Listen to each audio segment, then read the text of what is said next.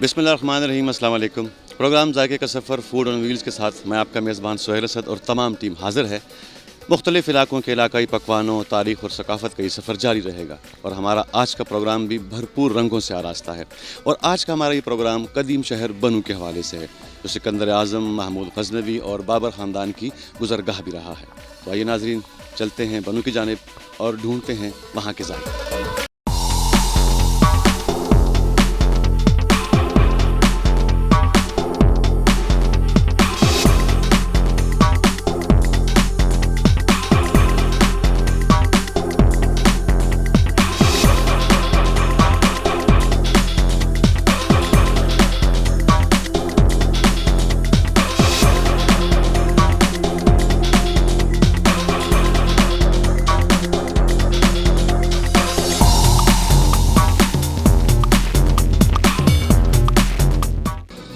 नाज़रीन, बनू जाते हुए स्पेशली हम यहाँ पर रुके हैं और इस इलाके का नाम है लाची। और रुकने का मकसद एक ख़ास है, वो ये कि यहाँ के पकौड़े बहुत मशहूर है, हम भी खाते हैं। बल्कि आपसे रिक्वेस्ट है कि आप जब भी इस रास्ते से आपका गुज़र हो बनू जाएँ तो रास्ते में आपने लाची में रुकना है और इन पकौड़ों को इंजॉय करना है। कम से कम मैं इस वक्त इंजॉय कर लूँ थोड़ा सा।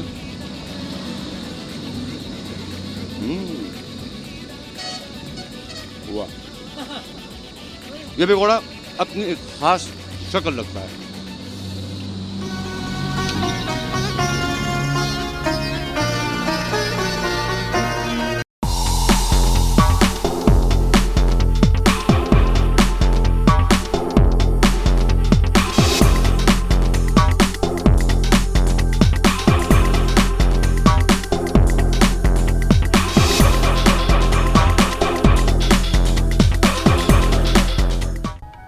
नाज़रीन, जायके के सफ़र की बात हो और खाने में नमक न हो तो क्या फ़ायदा। बनू के रास्ते बादरखेल के इन पहाड़ों से भी हमें नमक हासिल होता है।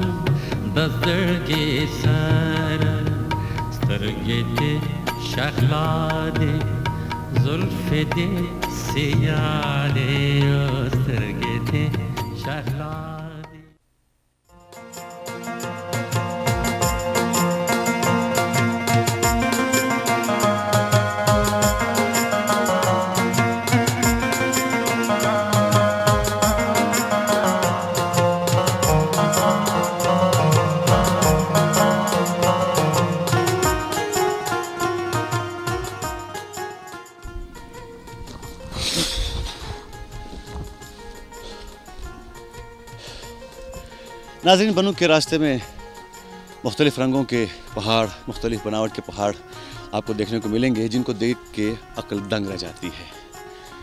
ये पहाड़, ये रंग सब इस बात का पैगाम दे रहे हैं कि बनू यहाँ से ज़्यादा दूर नहीं है।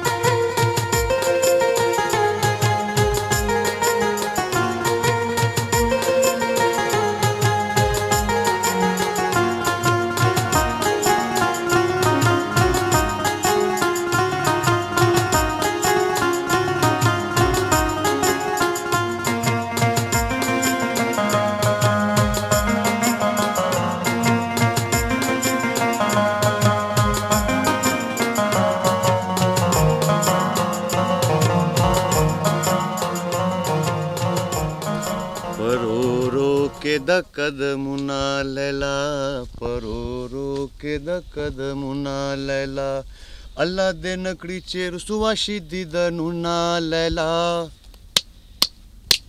परोरो के द कदमुना लैला, परोरो के द कदमुना।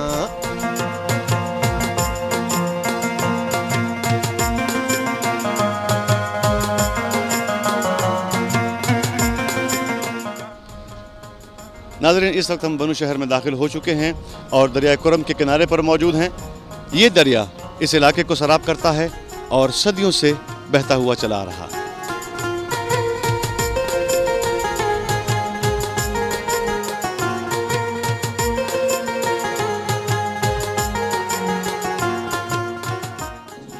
नाज़रीन, इस वक्त हम कदीम शहर बनू के बाज़ार में मौजूद हैं। बनू सूबा सरहद के जनूबी अज़ला में एक सकाफ़ती और रवायती अहमियत का हामिल शहर है जो अब रीजन हेड क्वार्टर है। बनू का ये बाज़ार मशरिक़ से प्रीति गेट से शुरू होकर मगरिब की जानिब टोंची बाज़ार के अख्ताम पर मुश्तमिल है। यहाँ मकामी आबादी के अलावा दीगर ऐसी अक़वाम भी आबाद हैं जो बाहर से आई हैं, मगर अब वो तमाम कौमें बनू की सकाफ़त और ज़ुबान के हवाले से बनूची कहलाते हैं।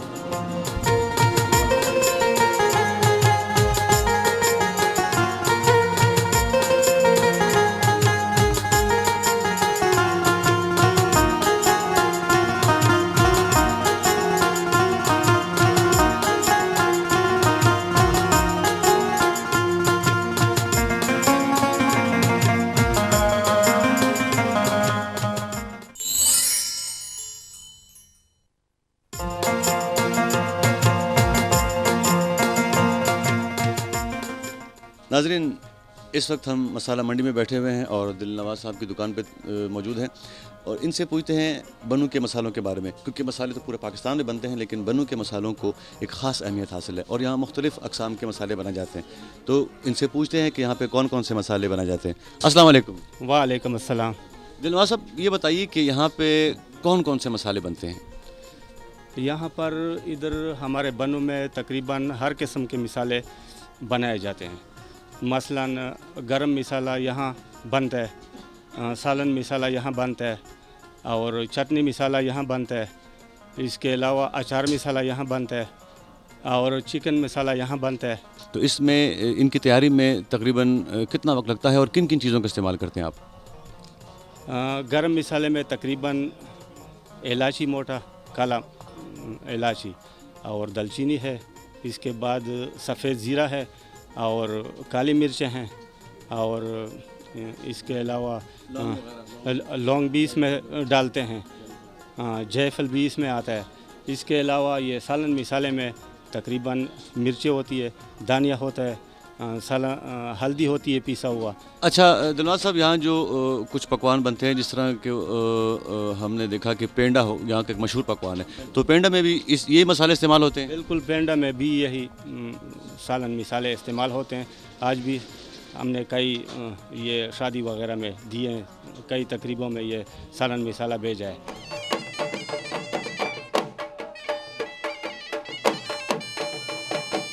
जहांगीर साहब, ये आपके भाई की शादी है? जी, मेरे 2 छोटे भाई हैं, उनकी शादी।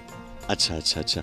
तो ये बताएं कि आपने मेहमानों के लिए यहाँ पे क्या कौन सा खाना तैयार किया है, कौन सी डिश तैयार की?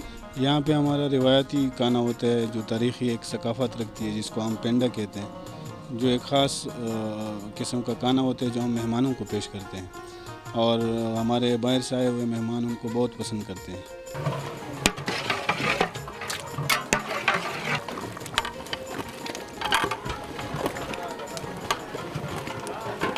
नाज़रीन, इस तकरीब की जो खाने की तैयारी है वो हमारे एक भाई नज़ीर साहब कर रहे हैं जो यहाँ के हेड कुक हैं। उनसे पेंडे की तैयारी के सिलसिले में बातें करते हैं कि ये पेंडा बनना कहाँ से शुरू होता है और कहाँ तक इसका सिलसिला जारी रहता है। अस्सलाम वालेकुम। वालेकुम सलाम। नज़ीर साहब, आप ये पेंडा यहाँ तैयार कर रहे हैं? जी हाँ जी। तो हमें बताइए, हमारे नाज़रीन को बताइए कि ये पेंडे की तैयारी कहाँ से शुरू होती है और कहाँ पर ख़त्म होती है? ठीक है जी। सबसे पहले इसमें हम डालते हैं प्याज के बाद फिर हम डालते हैं आलू के बाद हम डालते हैं ये कद्दू, पेठा कद्दू जिसे बोलते हैं। कद्दू जब ये पक जाता है तो फिर इसे हम गोश्त डालते हैं। गोश्त के बाद फिर ये लहसुन और टमाटर डाल देते हैं। इसके बाद जो है फिर दही डालते हैं। हम तैयार हो जाता है तो हम सब्ज़ धनिया डालते हैं। पेंडे की तैयारी में 2 तरह के सालन बनते हैं, एक सुर्ख सालन और एक सब सालन। हाँ जी। तो ये बताएं कि सुर्ख सालन में कौन कौन से मसाले पड़ते हैं? पहले ये लाल मिर्च डलती है, फिर ये हल्दी डालते हैं, फिर धनिया डालते हैं, फिर इसके बाद जो है ना लौंग डलता है, ये खुश्क अदरक हम डालते हैं पीसी हुई, फिर ये गरम मसाला पीसा हुआ है आखिर में हम डालते हैं जब तैयार हो जाता है।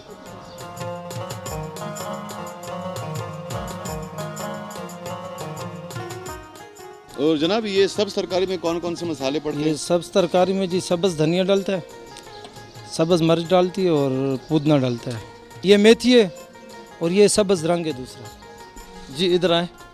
ये हमने आलू प्याज लाल करके सफ़ेद रखा हुआ है। जी ये सब्ज़ तरकारी का है, जी। जो सब्ज़ तरकारी है। इसमें आलू डाल के प्याज डाले हुए हैं, वो ज़रा ब्राउन हो गए। क्या मतलब इसमें एक कुछ इसमें मिसाला नहीं डलता। एक पेंडा जो है ना वो लाल मिसाला डलता है, मिर्चें और हल्दी और धनिया। इसमें हम धनिया डालेंगे सिर्फ, और मिर्च और हल्दी नहीं डालेंगे। इसमें पुदीना डालेंगे और मिर्च और धनिया। और इसको इसको कौन सी तरकारी कहते हैं? सब्ज़ तरकारी। सब्ज़ तरकारी। इसके बाद क्या? इसके बाद अब ये ब्राउन ज़रा ये पक जाएगा तो इसमें हम गोश्त डाल लेंगे।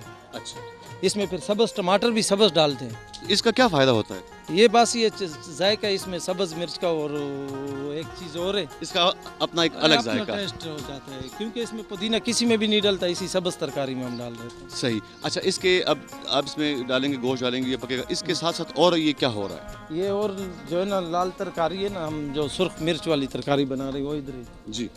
इसमें क्या डालें? प्याज, आलू, कद्दू, वो ये, लेकिन प्याज इसका ब्राउन हुआ है, उसका सफ़ेद डालते हैं सब, इसका जो ब्राउन हुआ है ये देख रहे हैं आप, ये अब ये गाढ़ा भी है वो उस कद्दू की वजह से। और ये गोश्त कौन सा है? ये गोश्त बकरे का है। तो ये आप क्या सुबह सुबह गोश्त लेके आते हैं? जी हाँ, नहीं, इधर ही हम अपने मंगाते हैं, आज में उस पर हलाल कराते हैं, खुद इधर ही फिर सेट करते हैं। और इसके लिए क्या दुम्बा या बकरा को खास है? हाँ, बकरे का ज़्यादा इस्तेमाल होता है। नज़ीर साहब, ये जो बड़े बड़े देश के पड़े हुए हैं, इनमें क्या है? इनमें हमने मुर्गी फ्राई की हुई रखी हुई है, आपको दिखा देते हैं। जी जी। इसको हमने सिरका लगाया हुआ है और लहसुन लगाया, नमक लगाकर इसको धोकर फिर खुश्क किया, फिर फ्राई किया हुआ है। अच्छा अच्छा। इसको अभी फिर बाद में हम दही लगाएंगे, वो भी हल्की सुर्ख मिर्च डालकर, नमक डालकर, दही को खुश्क कर कर फिर उसमें डालेंगे। ये भी पेंडे का एक हिस्सा है? हाँ, हिस्सा है जी। इसको ये दही लगाने से एक तो ये फ्राइज वाला नरम हो जाता है, दूसरा इसमें तुरशी आ जाती है, ज़्यादा मसाला बन जाता है। अच्छा अच्छा। और सिर्फ दही इसी को लगाए थे? हाँ। गोश्त को तो नहीं नहीं, लगाते? गोश्त को दही लगाते हैं हम, सब्ज़ तरकारी को भी दही लगाएंगे और दूसरी को भी, पेंडे वाले को भी। सही। नाज़रीन, जब पेंडा तैयार हो जाता है तो उसे यहाँ की मकामी रोटी, जिसे पोस्ती कहते हैं, उसके साथ खाया जाता है। तो चल के देखते हैं कि पोस्ती तैयार कैसे होती है।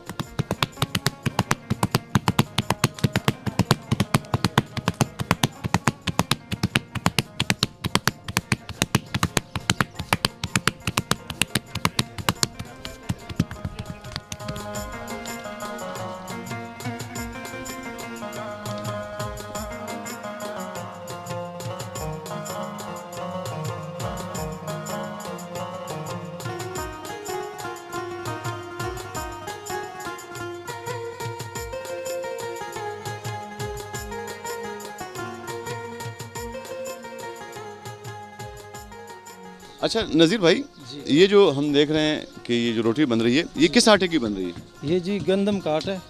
अच्छा, आटे तो बहुत किस्मों के होते हैं। देखें, सुर्ख आटा है, भूरे वाला आटा है, तो इससे क्यों किसी और आटे से क्यों नहीं बनती? इस आटे से क्यों बनाते? नहीं, ये जी गंदम का आटा, सफ़ेद आटा, तो इसमें जो ज़रा बारीक से आती है, इस वजह से इसी से बनाते हैं हम। अच्छा अच्छा अच्छा। और सेहत के लिए भी अच्छा रहता है। सही। नाज़रीन, आपको बता दें कि ये जो रोटी है इसका नाम है पोस्ती, और पोस्ती पश्तो ज़ुबान में नरम चीज़ को कहा जाता है, जिस तरह कि आपने देखा कि बड़ी नरम सी रोटी है। अच्छा नज़ीर साहब, ये बताएं कि ये माशाल्लाह इतनी बड़ी रोटी है, तो ये इतनी बड़ी रोटी क्यों बनाई जाती है? ये बारीकी के लिए और बनू के रिवाज है, अपना रिवाज से यही रोटी बनती है हमारी। अच्छा, इसका जो वज़न होता है तकरीबन कितना होता है? ये तकरीबन 1 किलो आटे से तकरीबन बन जाती है। अच्छा अच्छा अच्छा अच्छा। और ये एक रोटी बनने में कितना वक्त लगता है? ये तकरीबन आधा घंटा वैसे तो लगता है, लेकिन 15 मिनट पकाई में 15 मिनट लग जाते हैं। अच्छा, ये रोटी बड़ी नरम होती है जी। तो क्या आप इसको आटा गूंदने के बाद क्या आटे को 1 घंटे के लिए पानी में छोड़ते हैं? जी हाँ जी, ये तकरीबन आधा घंटा हम छोड़ देते हैं। सही, ताकि खमीर हो जाए। खमीर हो जाए, फिर वो पेड़े भी बनते हैं और इसकी लंबाई भी जाती है। फिर और ये जो आपने तवा बनाया हुआ इतना बड़ा सा, ये किस चीज़ का होता है? ये चादर से बनाते हैं जी। अच्छा अच्छा अच्छा। तो इसकी इस पे रोटी जो पकती है तो उसका कोई खास अलग जायका होता है? जी हाँ जी, ये फिर रोटी सही आती है, और दूसरा जो है ना, पकती सही है रोटी इस पर। अच्छा अच्छा अच्छा। और यहाँ के लोग बड़े शौक से खाते हैं? शौक से खाते हैं। ये फिर हम बाहर भी कभी कभी बाहर भी भेजते हैं, जो आते हैं बाहर मेहमान, वो भी ले जाते हैं कि यार हम ये रोटी ले जाते हैं। नाजरीन, बनू के इलाके में शादी हो और उसमें अतरण न हो, ये तो हो नहीं सकता। तो आइए लेते हैं मज़ा अतरण का।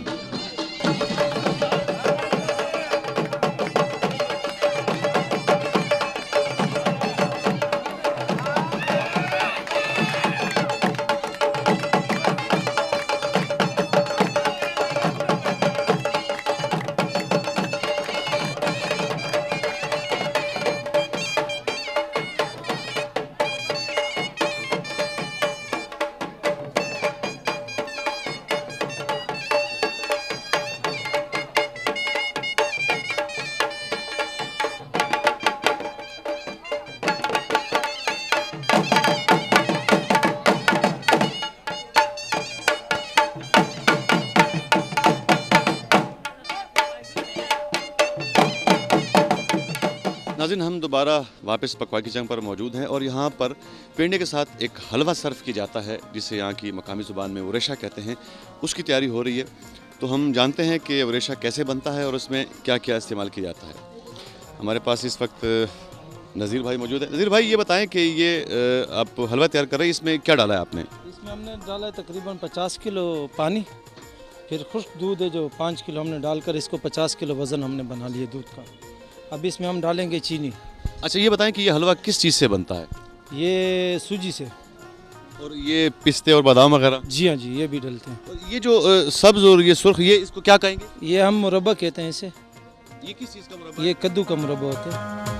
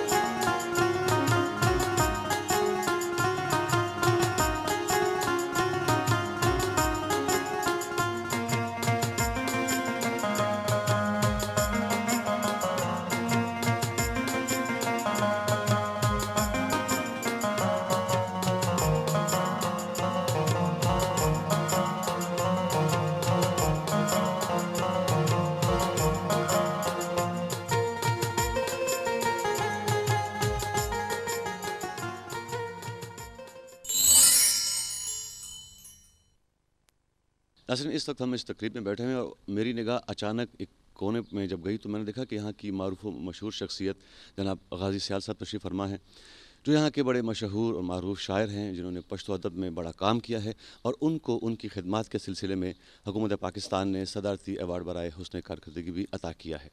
तो उनसे कुछ बातें करते हैं, बनू के हवाले से, बनू की तारीख़ के हवाले से, कुछ जोग्राफ़ी के हवाले से। अस्सलाम वालेकुम। वालेकुम अस्सलाम, वालेकुम सलाम। कैसे? सियाल साहब, आप ठीक ठाक हैं? बिल्कुल, अल्लाह का फजल है, शुक्र है। अच्छा सियाल साहब, माशाल्लाह बनू का जो इलाका है उसको बड़ी तारीख़ी और एक जोग्राफियाई अहमियत हासिल है। मैं चाहूँगा कि हमारे नाज़रीन को आप इस हवाले से कुछ बताएं। तो बनू तो एक तारीख़ी शहर है, मजहबी हवाले से भी। और ये उसका पहला नाम डंड था। डंड जहाँ पानी ज़्यादा हो, दरख्तों से अट्ठा हो। फिर आखरा, उसका नाम सिकंदर आज़म के ज़माने में। तो फिर इसका रंजीत सिंह, सिखों के ज़माने में इसका नाम तब्दील हो गया। ये रंजीत सिंह के पोते 1847 में ये उसका नाम फिर बदल गया दलीपगढ़। फिर उसके बाद दलीपगढ़ के बाद वो इसका नाम एडवर्ड में बदल गया, एडवर्ड नाम रखा तो। और फिर ये बन के लोग मजहबी हैं, इस्लाम पसंद हैं, अमन पसंद हैं। बन के लोग बड़े बड़े अच्छे हैं, बड़े खुलूस से मिलते हैं सबके साथ। सियाल साहब, बातें तो काफ़ी हो गई, तो मैं चाहूँगा कि आप हमें अपने कुछ ताज़ा कलाम से नवाजें।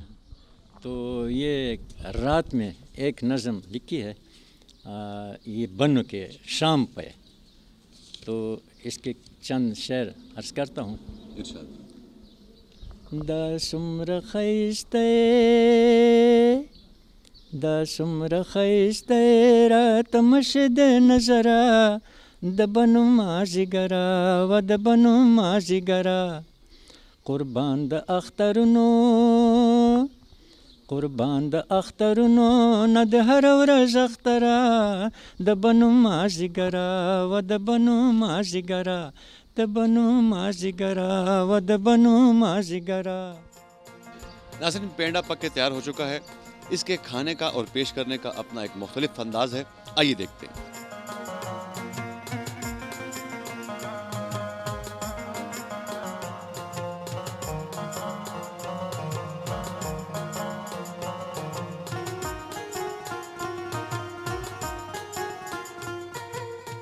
नाज़रीन, पेंडा पक चुका है और लगा दिया गया है। इसमें सुर्ख शोरबा और सर्द शोरबा दोनों डाल के बाकी भी जितने आइटम थे लवाजमात थे पूरे कर दिए गए हैं और बिल्कुल खाने के लिए तैयार है। जिस तरह आपने देखा कि पेंडे की तैयारी में हमने मुख्तलिफ मराहिल देखे और एक मुख्तलिफ किस्म का पेंडा हमने पकते हुए देखा, इस तरह नाजरीन इसके खाने का भी जो स्टाइल है वो ज़रा सा मुख्तलिफ है आम खानों से। तमाम यार दोस्त एक टोली की शक्ल में बैठ जाते हैं और इसको खाना शुरू करते हैं। मेरा ख्याल है कि अब बिस्मिल्लाह की जाए, ये सब लोग भी इंतज़ार कर रहे हैं।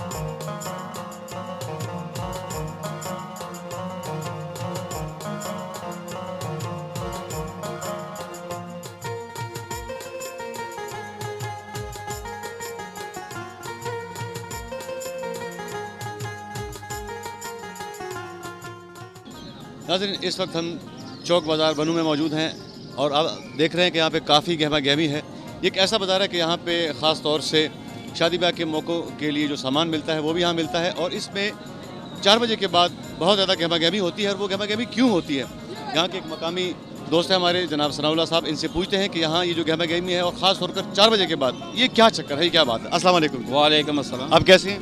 ठीक है, खैरियत है। अच्छा जनाब, ये बताएं कि 4 बजे के बाद जो यहाँ पे हंगामा होता है, जो हल्ला गुल्ला होती है, वो किस हवाले से होता है, क्या होता है? ये शादी ब्याह के मौके पे होता है। यहाँ पे जो दुल्हा होता है उसके साथ रिश्तेदार और दोस्त आते हैं यहाँ पे मिठाई खा लेते हैं। फिर इसमें डोल के ताप के साथ यहाँ आते हैं, बंगड़ा डालते हैं, यहाँ पे हार मार डाल लेते हैं। फिर उसके बाद जो है ना वो पार्क में चले जाते हैं। फिर वापसी पे जो है ना वो फिर यहाँ चौक पे आते हैं, यहाँ डोल के ताप पे नाचते हैं, यहाँ हार मार डाल लेते हैं। फिर दुल्हा के साथ जो है ना वो शाम घर वापस लौट लेते हैं। नाज़रीन, जिस तरह बनू में दिन की तकरीबात में पेंडा खाया जाता है और अतर डांस देखा जाता है, इसी तरह रात की तकरीबात में भी बिल्कुल यही माहौल होता है, यानी पेंडा और अतड़।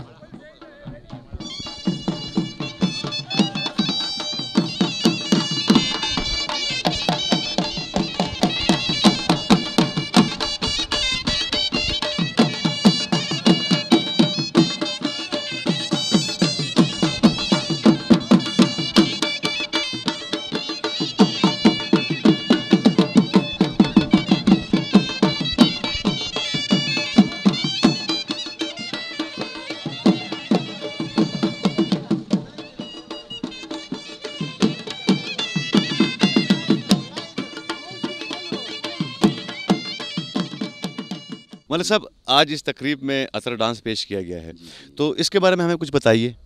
भाईजान ये है कि दुनिया की 4 आबादी है, हर इलाके के अपनी अपनी तहज़ीब कल्चर होता है। हमारे पठान लोगों की हंस कर ये जनूबी अज़ला में यह तान हंस कर खुशी के मौके पर अक्सर डाला जाता है, जो 20, 25, 50, 100, 500 तक लोगों का एक ग्रुप होता है और डोल के ताप पे नाचते हैं और खुशी का इजहार करते हैं। नाज़रीन, बनू का ये पड़ाव और हमारा ये प्रोग्राम यहाँ के जायके, यहाँ की सकाफ़त और यहाँ की मेहमान नवाजी की यादें छोड़े जा रहा है। बनू की इस खूबसूरत रात में अपने मेज़बान सुहेल असद और तमाम टीम को इजाज़त दीजिए। आपसे हमारी मुलाकात होगी हमारे अगले पड़ाव पर। तब तक के लिए अल्लाह हाफ़िज़।